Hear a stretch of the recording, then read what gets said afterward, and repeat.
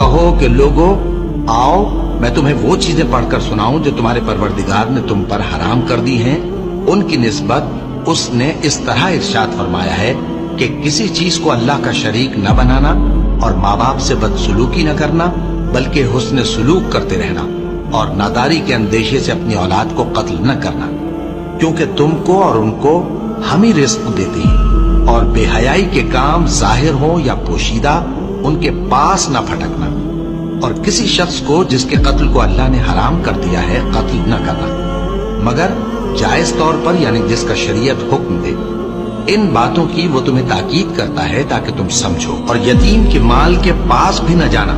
مگر ایسے طریق سے کہ بہت ہی پسندیدہ ہو، یہاں تک کہ وہ جوانی کو پہنچ جائے، اور ناپ اور تول انصاف کے ساتھ پوری پوری کیا کرو۔